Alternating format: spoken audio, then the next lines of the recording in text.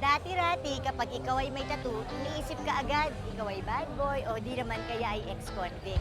Pero lately, marami na ang sumasang-ayon ay ito ay nagiging form of art. Kaya dito, sa Dutdutan 2013 ay makikilala natin ang most tattooed Filipina. Talaga namang wild ang dutdutang event na ito. Ang daming nagtatato, ang dami ding nagpapatato. May mga pa-contest pa nga oh. Well, may laban ba naman kayo sa pambato namin? Pakilala mo na nga yan, BH! Hi Kitty, grabe. Natutuwa naman ako. Sabi nila 90% of your whole body may tattoo na. Tama ba yun? Yes. Oh my God, kailan ka nagsimulang magpatattoo? Nagsimula ako magpatato nung Dutdutan 2008 po yun eh. So, in that time, na-educate ako kasi ako na sobra.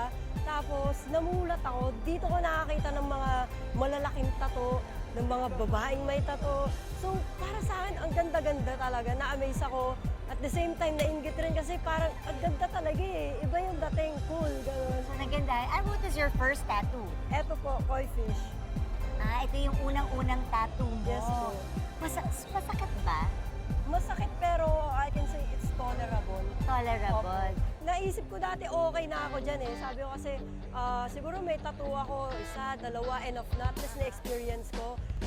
Pero unexpectedly rin, eto na ako. How many yan? Do you count? Do you keep count of how many tattoos you have I all over? actually lose count na po eh. You lost count Opo. na. Meron ka bang motive dito sa katawan mo? Opo, etong back piece ko po which is my biggest piece in my body, it's called bioorganic tattoo po. Can I see?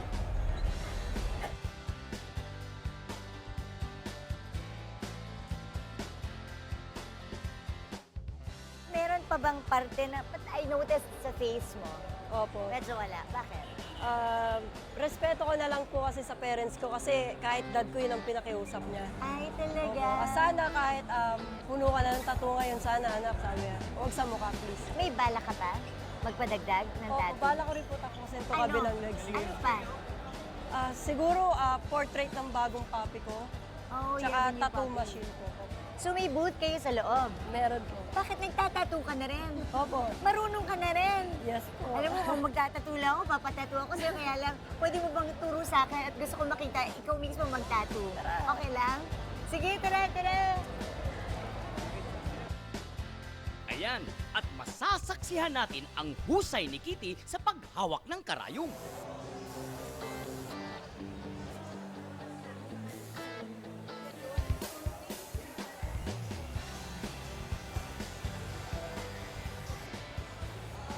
Grabe, napaka-wild at napakasaya dito sa Dutdutan. First time ko dito.